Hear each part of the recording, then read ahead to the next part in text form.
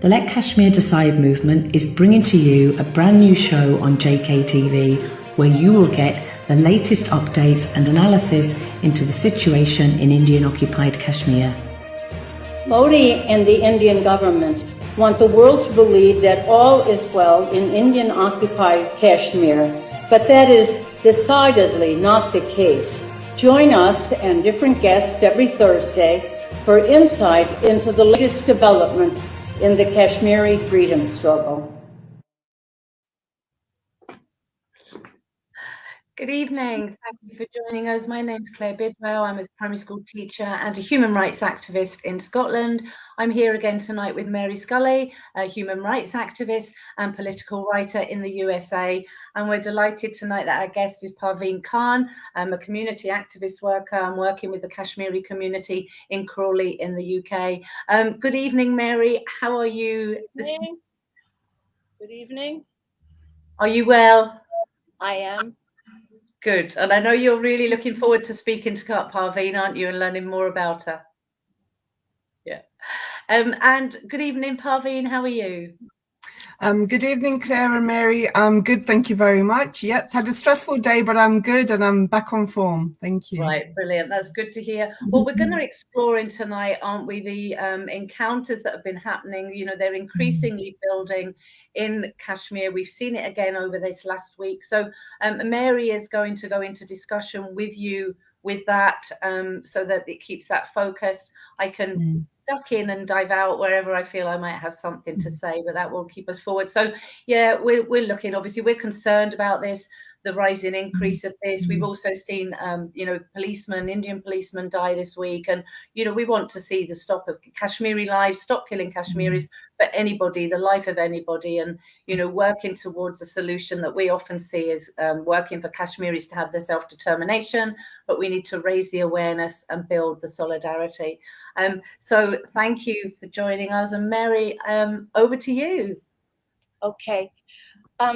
Parveen, it's really an honor for me to be able to talk to you. I only know you from Claire, but I remember very well your very cogent comments on a previous show that we were interviewed on. So I'm very happy to be able to talk with you. Perhaps you, for people who don't know you yet, you could begin by telling us a little bit about who you are, what you do, and about your journey to being a human rights activist in the UK, especially around the issue of Kashmir. Hi everybody, Assalamu alaikum wa alaikum salam. My name is Parveen Khan. I am actually based in Crawley, West Sussex at the moment, but actually I was born in Azad Kashmir in a little town called Rawalakot, which is not so little anymore. It's developed quite a lot, but I've been in the UK for a very long time since I was young, and I was based in London where I did my degree, where I did my childhood there. So, and I've been in Crawley for a few years now. And there's a lot of Kashmiri people from the Punch area in Crawley. So for me, I think the people in the community, we need to kind of wake up to what's happening in Kashmir. And Kashmir has always been a very important issue for me, because it's always in the back of our heads. With the families, with communities, we're always talking about the injustices that are happening there. It's not a new issue, and it's not even a 73-year-old issue. Maybe it goes beyond that. So I think it's important for me as a community activist, to where I am, to actually engage with the community on what's happening there, because it's our history. It's our roots, it's our blood, our ancestors are from there. You know, for me, even though I've been in the UK for a long time, I can never let go of Kashmir. I can never let go of the blood spilled there. I can never let go of the sacrifices that have been made by the older generation. It's in my heart, it's in my mind all the time. And I think we shouldn't forget, and I think we should.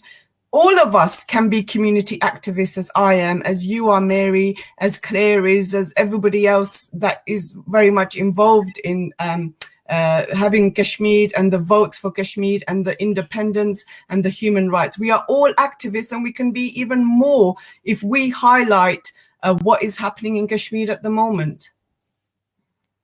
Thank you. I think what's of greatest concern to all of us, and what we really want to hear your insights about, is the really extraordinary, brutal crackdown going on in Kashmir, including the fake encounters, the deployment of more troops, including snipers and sharpshooters, these almost daily military operations where they execute young Kashmiris and frame them up as terrorists, where they vandalize and destroy homes. If we could begin to go into that, first of all, that entire military attack and assault on Kashmir, and then we can go into the crackdown on human rights activists, journalists, and protesters. But could you begin to talk about that military assault? Well, the military is just how many Indian troops are in Kashmir at the moment? 800,000, 900,000. You know, every time there's some different estimates coming out.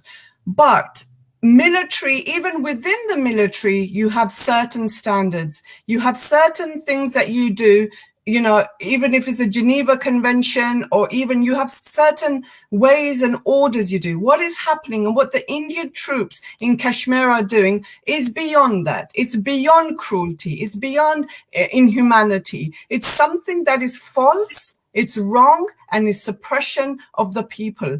There is such a big presence, yet we hear these, encounters. All of a sudden, a young guy has done this, so we're going to shoot him. Now they've got the snipers coming. So that means to me that they are not operating whatever they want to operate, in a sense, if that makes sense to everybody. It's just they've gone beyond this cruelty, and the military, Indian troops.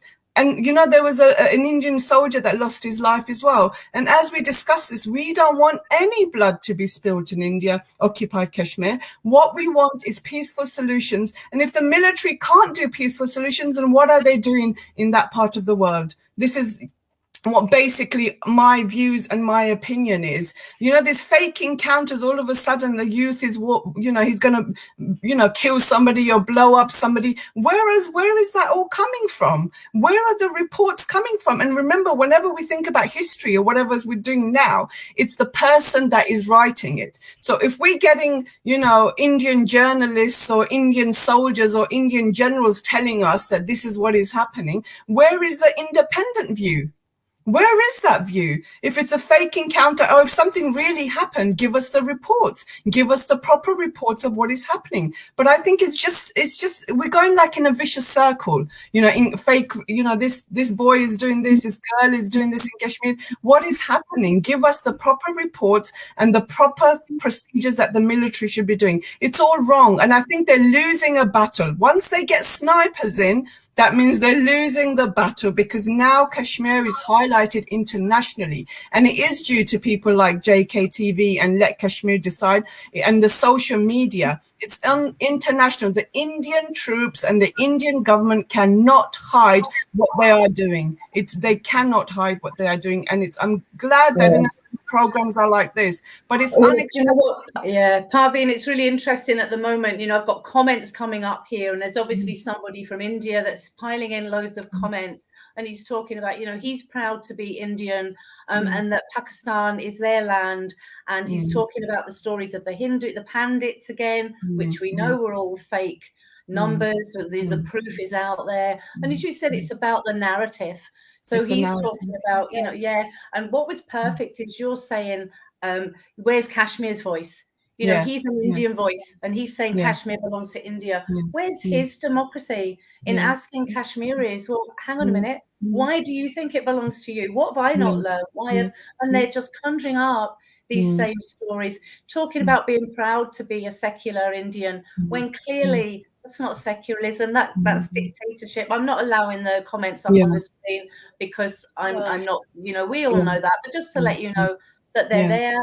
And it's good because we're not against anybody. you know, we want everybody to solve this democratically, you know, and even the comments about we don't know anything, they don't know that we know millions of Kashmiris and have links with Kashmiris, and they're obviously the fact they're here watching. Good on JKTV and having this channel, and you know, keep going with your discussion, ladies, because it's brilliant, and hopefully he will listen. I mean, obviously he's saying he's proud of the Indian Army, so there is no peace there within him. So hopefully you'll listen and learn, and I'll let you carry on your discussion. Yeah, I mean, Claire, saying that, I don't think there's anything wrong with having a second point of view, because we as people, we have the right to say what we want to say. So this person from India can say what he wants to say. Absolutely. I wouldn't suppress what he's saying, because we're working on a democracy. If I was India and then with India media, I wouldn't even say what you said. It's, you know, because even remember, Indian media is being controlled by these right-wing Modi lovers, and you know, and a prime example of, you know, being proud of India, then you should be proud of the Islamic history that has been in India. Okay, why are you trying to eradicate the, you know, Islamic history, the Barbary Masjid? If you are proud to be Indian, the part of that being part of Indian is part of the Islamic history. But yet in India, they are, you know, killing Muslims, they're getting rid of mosques, they're getting rid of all these sort of things that were part of the history of India. If I was Indian, and I would be proud of my Islamic history, my Hindu history, my Buddhist history, my British history, if you're going to be proud of anything. But I'm just saying, you know, it's good to hear this point of view, because then we can educate him, maybe we can make him aware, because I think sometimes the Indian media and people in India, actually half of them don't even know where Kashmir is. No, and they're not open-minded. They need to be more open-minded to listen. We're being told to learn and study, and it would be great if everybody would be open-minded. You know, where's he learned his history from and our history from? But no, you're absolutely right. And well, I mean, we're not hiding his voice because we're discussing it. I don't necessarily want to put the comments on the screen. No, that's fine. I mean, I think we're strong enough, Claire. We know what we're about. In our hearts, we know we're passionate and strong about what we think. I mean, what the military is doing in India, it's wrong. The raping of women, the raping of villages. Is he proud of that? Is he proud of the Indian troops going beyond cruelty, as I said before? Is he proud of the Indian soldiers raping villages and young women and young ladies? Is he proud of that? If he's proud of that, then he's got a lot to answer for then. And we all have to answer and be responsible for everything that we do. If you're proud of a nation, then you should also accept the wrongs that they do and fix those wrongs. Absolutely, and work in peace. I mean, we need everybody to be with us for the solution as well. So, no, thank you. Of course. Parveen, I remember that in 2016, just before the 2016 uprising, that Khurram Parvez, the human rights leader that's now been arrested, he pointed out that there were, in fact, probably no more than a couple hundred active guerrilla fighters in Kashmir. And since 2019, that was in 2016, since 2019, India has repeatedly talked about the number of armed militants that they have killed in these fake encounters, in these almost daily military operations.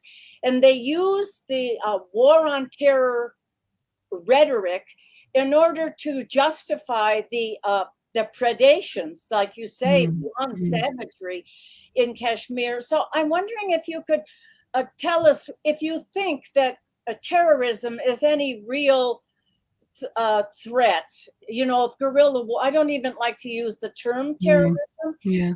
If guerrilla fighters are any real serious operation in Kashmir.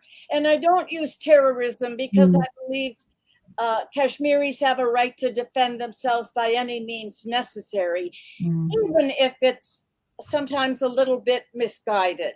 But they have the right to do that. And if you could talk about, do you think guerrillaism is a real issue to justify almost 1 million troops in Kashmir?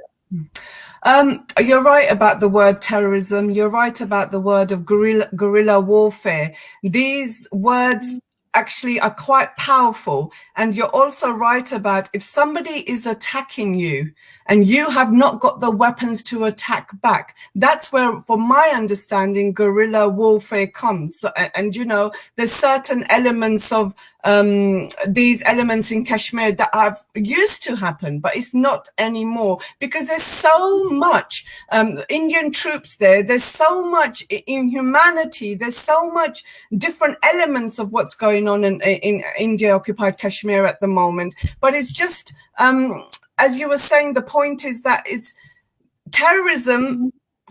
In a sense, it's just a word that is just handed out to anything, maybe Muslims in this case. And it is, you know, if you're fighting for your rights and you're a Muslim, you're a terrorist. If you are if you're a Christian person and you're fighting for your rights, you're a freedom fighter. So it's these terms that have been actually stuck to Kashmir, stuck to the revolution that was happening in Kashmir and got suppressed. It's just the words are being used wrongly for people that are fighting for freedom in Kashmir. And these words, terrorism, guerrilla warfare, it's, you know, if you're up against the wall, what do you do? What can you do? If your villages are being raped, I mean, your women are being raped, what do you do? What do you do as a human being, as a person, as a son who's seen his mother being raped? What do you do as a brother who's seen his sister being raped? What do you do? But these words, terrorism, I think it's very easy to use that word now. It's not, you know, there's no depth to it anymore. What does it mean? Nelson Mandela was thought of as a terrorism once. When Israel started as a nation, the people that started Israel were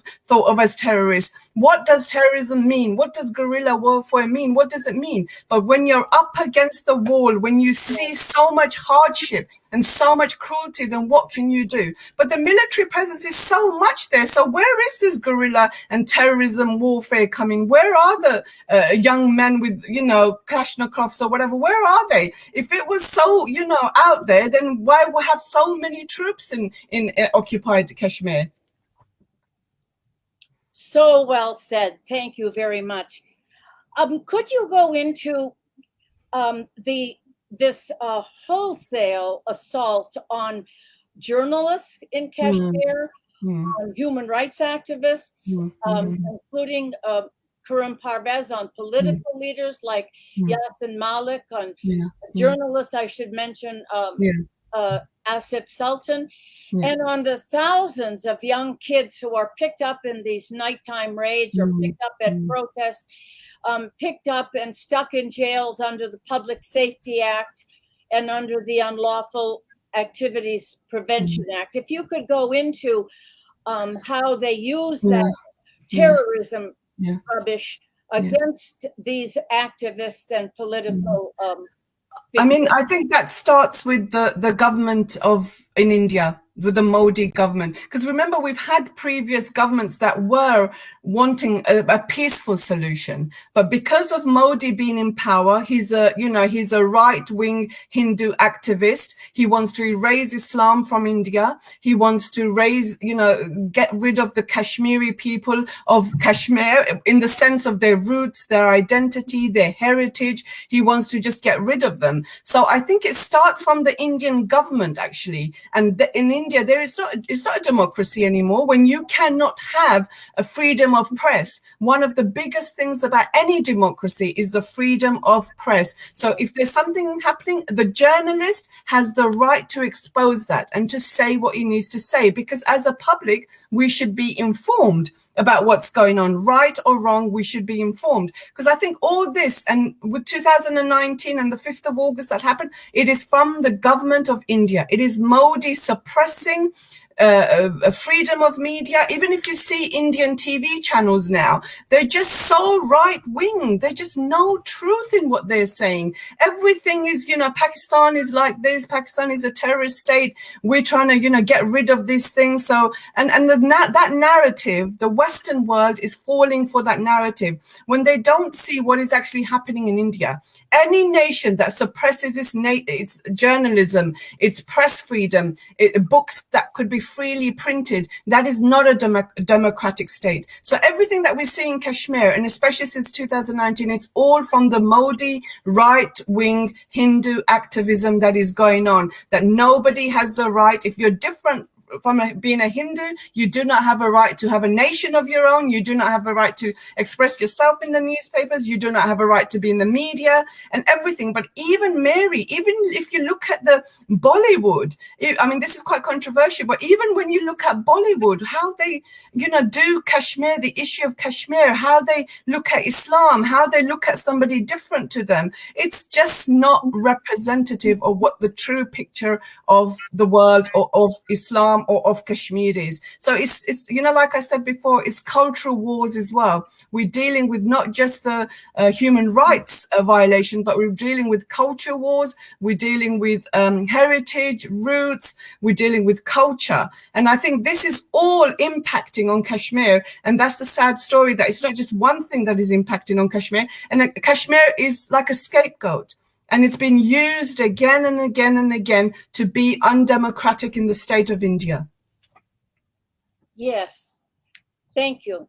I have another question, and that is because of this new cartel that was formed between, it's a long military relationship between India and Israel, but now this new cartel, which also includes Israel, the United States, Dubai, and I wonder if you could talk about the relationship and building solidarity relationships with the Palestinian solidarity movement, because this new cartel seems to make that more imperative, that we have actual collaboration among solidarity groups. So I wonder if you could talk about that a bit.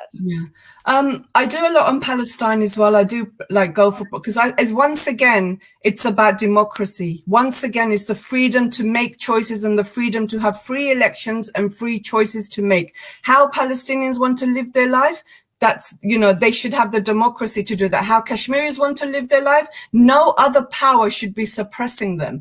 And at the end of the day, Mary, if we're honest, it's a lot about land and money. The two evils right from the beginning. It doesn't matter what religion you believe in or you don't believe in any religion. It's about land, money, oil.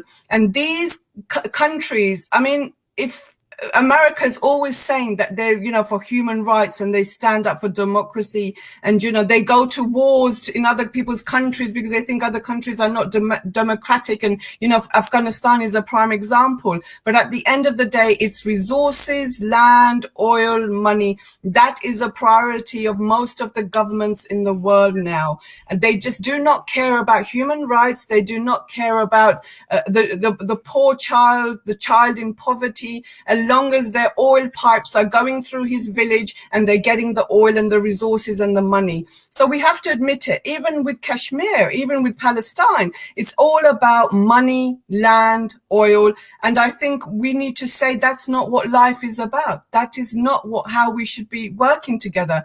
But I think America and the Arab states and England and Israel, they're all working together on that basis because the fact, that's what they're about. They're not about humanity, because if America was democratic, they would step in Kashmir and say, stop. Give them the votes. They would stop in Palestine and say to Israel, stop building on Palestinian land and, taking away Palestinian resources, their income, their homes. Stop. If America and England and Israel were democratic states, no human rights violation should be happening anyway. Thank you. Now, my last question, because I know you're an activist, which warms the cockles of my heart. I love activists.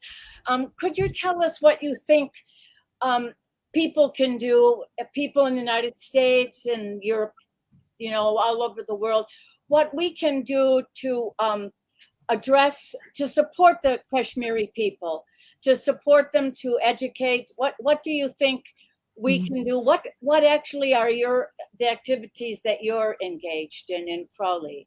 Yeah, I mean, I think we should, for me, where I live in Crawley, it's discussion. It's a conversation. It's having a discussion and conversation about what is really happening in Kashmir, not what we get like half-hearted news reports once in a while. Because remember, the Western media do not talk about Kashmir like it should be. It does not talk about Palestine like it should be. It rather talk about about, you know, something very trivial, but they avoid Kashmir, they avoid Palestine, they avoid the human rights violations because the truth will come out. Truth will come out that, you know, America and England and other countries are not democratic in the sense they're not fighting for what's right. They're just fighting for what they want. So I think it's very important. I think you have a conversation within your families. I think you need to look at newspaper headlines. You need to look at newspapers. You need to question where the narrative is coming in the media. You need to read. You need to educate yourselves as families. You need to highlight issues that are important to you. But I think this all starts when you're young. And I always say the history has been whitewashed. We don't know the true history of Kashmir. We don't know the true history of Palestine and Israel. And I think the conversation starts when you're young, when you're talking about history, when you're having a conversation, but also question things. We never, I mean, when I was young, I'm at fault as well. I used to know about what's happening in Kashmir, but I never actually questioned it. Sit down and see, okay, what's happening? What's right and wrong? What is our moral duty as mothers, as fathers, as nations, as human beings, as society? And I think this is so important. Anything, I think this goes through all over walks of life. What is happening in Palestine at the moment? Do half the people in England know? Do America, what is actually happening? Or in Kashmir? So I think it's starting a conversation, but also build that conversation in having community activities, or, you know, like I do vigils sometimes, or I do a protest sometimes, just to highlight the issue to people that actually don't know what's going on. So I think as mothers, as fathers, as families, we can all be activists, but we need to know the moral guideline. We need to know and engage with people that don't know what's going on. And I think engage on different levels, you know, on a soft level, on a hard level. I'm always talking about culture. Think about Kashmiri culture, think about the Palestinian culture, the heritage, the roots. But I think it all starts from home. And it all starts locally. And once you get localized in the sense of activism locally, protests, vigils, newspaper articles, directing people to question the media, then it goes higher and higher. Because I think we can influence people, Mary. Definitely. That's what democracy is about. If you don't want to vote for somebody, vote them out. You know, this is what England is great about. It's the democracy that we have, the choices that we have between parties. So if we can have that in England, why can they not have that in Kashmir? And, you know, and it is a democratic process, but it's a moral duty as well. As human beings, we're on this earth for 60, 70 years, but what do we leave behind? What legacies are we giving the Kashmiri kids or Kashmiri boy that is in jail or the journalists that are in jail? What are we leaving for them? So I think it's very much conversation on a local level, family level, but also know your history. And a lot of history has been whitewashed. We don't know about the true Kashmiri history. We don't know about the great nations of Africa and the greatness that they have there and the resources that are there. So I think it's educating ourselves, educating our families, and vigils, protests, write to your MP, write to your local MP, highlight the issue, make groups, organize yourselves. Because I think, you know, Claire is a wonderful example, how she started and then how it's like, you know, the issue of Kashmir has just, you know, gone really international. And this is what we want. We want to highlight we are all part of this world. We are all responsible morally, socially, community-wise, family-wise. Be responsible and be, you know, give your power that you have and the resources you have to people that are less fortunate than us. But we've got the democracy to say these things. Yes. But people in Kashmir and Palestine are being suppressed. They can't walk freely. They can't go to the hospital freely. They can't go to schools freely. Now we've got the snipers. So young boys will be targeted in Kashmir. Where is the freedom? Where is the humanity? And I think this is what we need to say to everybody, our MPs, you know, wherever we go, churches, mosques, temples, gurdwaras, where is our moral compass when it comes to Palestine and Kashmir? Where is our responsibility? We all need to wake up and educate ourselves and educate what the true picture is now. Thank you very much. Claire, do you have any questions to ask Parveen? Anything to add? No, just that was so inspiring and heartwarming, Parveen, and you know that's what we're all about. And I just love, you know, the way everybody supports one another, and you're here and you talk about, you know, my work, but my work's not possible without other people's work, and we all become part of that. And I think, like, you know, you've supported the Red for Kashmir campaign, you were there and you were sharing it, the tea. We've seen what you've done locally. I think we were discussing, and perhaps we'll share it another time, Mary, was we've seen there, I know Parveen once, we talked about doing a Kashmiri exhibition and taking it on a roadshow through the UK, which we'd still love to do. But we've been watching the Kashmiri football team in Bradford. And that has lifted people's moral spirits. It's reached Kashmiri. It's really unifying. And it actually made the TV, Bradford, BBC Bradford News, a 3-minute clip. And it talked about, you know, it showed the clip, and so it touched everything. It touched the cultural, touched the human level, but it also touched the serious issue, which you've talked on tonight, the human level of what's actually happening, and everybody needing to stand up and support that right and expose that right. So thank you very much. And that's okay.